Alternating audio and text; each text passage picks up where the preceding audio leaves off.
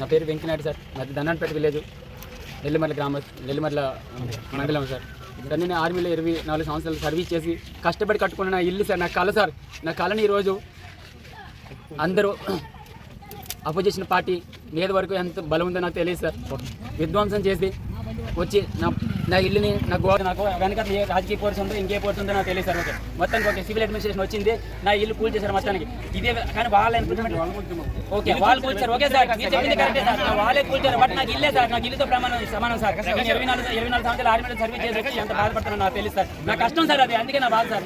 Okay sir, ఆ తర్వాత మీరు సార్ మీకు తెలియదు సార్ అలాంటి సర్వీసులు ఎంత ముష్కిల్ బాధ వస్తుందని చెప్పి సార్. ఓకే, అంతా అయిపోయింది సార్. మొత్తానికి ఈ రోజు నాకు అన్యాయం చేసి వెళ్తున్నారు. మీరు మాట ఇచ్చారు మొత్తం దన్నాన్పేట విలేజ్ లో ఎన్ని ఎన్క్రోచ్మెంట్లు ఉన్నాయో అన్ని ఎన్క్రోచ్మెంట్లు క్లియర్ చేస్తారని చెప్పి మీరు మాట ఇచ్చారు, మీరు రాసి ఇచ్చారు. అందుకని చెప్పి మేము ఊరుకోవాల్సి వచ్చింది. లేదు నా ప్రాణం అక్కడ ఇచ్చినా ఏదో జరగవలసింది జరుగుతుంది. మీరు మాట ఇచ్చారు కాబట్టి సార్ నేను ఫైనల్ గా చెప్పాల్సింది, మీకు వార్నింగ్ ఇవ్వట్లేదు బస్ సార్. అందరు రిక్వెస్ట్ చేస్తున్నాం, టోటల్ గా ఎంతమంది అయితే దన్నాన్పేట విలేజ్ లో ఎంక్రోచ్మెంట్లు ఉన్నాయి టోటల్ గా అన్ని తీయించవలసిన బాధ్యత మీది. ఒకవేళ తీయించకపోతే నేను నా ప్రాణం ఉన్నంత, నా ఊపిరి ఉన్నంత వరకు సార్ నేను అడ్మినిస్ట్రేషన్ మీద నేను పక్కా కేసు వేస్తాను సార్. మీ పైన కావచ్చు, మీరు తప్పు అనుకోవద్దు, ఎందుకంటే మీరు సైన్ చేసి ఇచ్చారు. నేను పక్కా కేసు వేస్తాను సార్. కేసు వేసి అది లాస్ట్ అయినంత నా ప్రాణం, నా ఊపిరి ఆగిపోయినంత వరకు కూడా నేను పోరాడుతున్నాను. మళ్ళీ నా ఇల్లు, నా గోడ కట్టించినంత వరకు. ఎందుకంటే న్యాయం జరగాలంటే అన్ని మొత్తం ఎన్ని కంప్లైంట్ అయితే ఇప్పటివరకు ఇచ్చారో అన్ని కంప్లైంట్లు కూడా స్పందన వచ్చి అన్ని కంపెనీలు కూడా అన్ని ఎంకరేజ్మెంట్లు కూడా క్లియర్ చేసేంత వరకు నేను నిద్రపోను సార్. ఇది మాత్రం చెప్తున్నాను. మీకు మరొకసారి మీరు ఉంటుండగా నేను చెప్పాను మామూలుగా.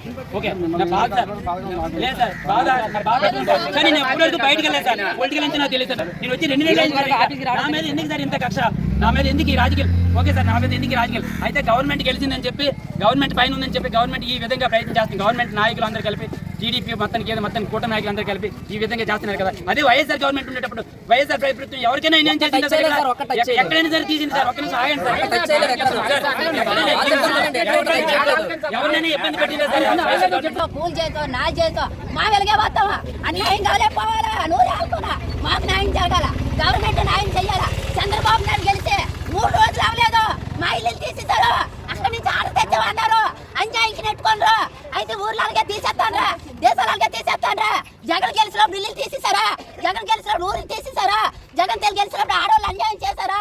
ఎందుకు ఈ ప్రభుత్వం వచ్చి మమ్మల్ని తీసడానికే? మా కష్టపడి కొట్టుకుంటే నా కొడుకులు నాకైనా ఒక్కడికి ఎంజాయ్ లేదు. ఆ ఇల్లు పెంచాలా, మేము పెద్ద చేసుకుంటాం. మా పిల్లలు